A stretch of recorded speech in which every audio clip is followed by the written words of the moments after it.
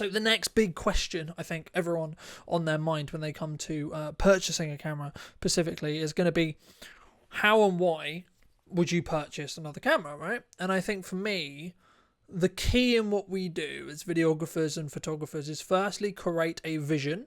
I have on my main monitor here that I'm monitoring both cameras on, sell vision, not shiny syndrome.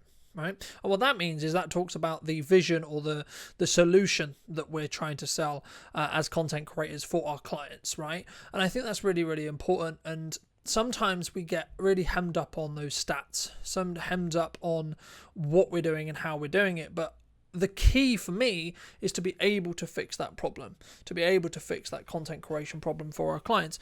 And this will lean into obviously having a jump in image quality, which you'll get from having a larger sensor, right? I'll show some example footage here, especially when you're using full frame glass. Now, at the moment, I only own a 150 to 600mm lens, which is a wildlife lens or sports lens, and that is the only full frame piece of glass I actually own. But the jump from full quality, like the quality in image, just in sensor size alone, is drastically different, right? Now, it's not really a fair comparison. I am going to continue to kind of refer to what I'm used to, which is the GH5, to this Nikon. But that is an unfair comparison.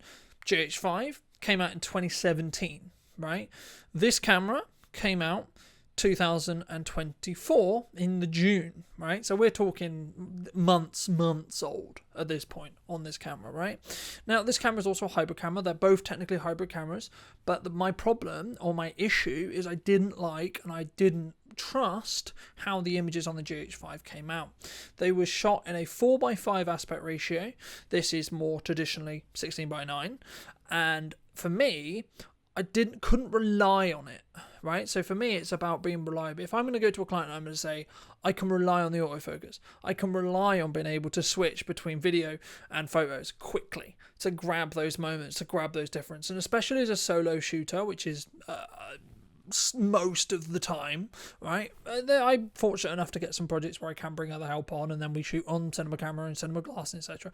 But the crux is 95% of my work, especially my event work, is going to be solo, right? So this is an event soloing camera, and this is what this camera is designed for. Nikon has designed it to be as conveniently as possible a solo camera, right? So it can work as a photography camera, it can work as a videography camera. Now, for me, having an all-rounding camera like this is incredibly valuable because it means you can purchase one camera, get lenses that work with that camera, and then you have the same toolkit, right? Now, as my career progresses, and in a world where, unfortunately, touch wood, this isn't going to happen, but in a world where the GH5 did die, I would most likely buy a Blackmagic 4K to replace it because that image is lovely and is beautiful. Now, there's going to be the conversation around color balance and color science specifically. I know that. And for me, they are matchable. Part of the reason why I'm doing this test is to see how matchable they really are. But I've matched GH5s to Blackmagics before. I've matched GH5s to Sony cameras before, etc. So it does take some extra post work, yeah, sure, and you can never get it 100% perfect. And if you can, and you have the budget and you have the ability to shoot all one brand to keep that color science, then do so. But sometimes in a pinch or in a budget concern or etc., we don't always necessarily have access to that, or don't necessarily always have access to being able to do that specifically.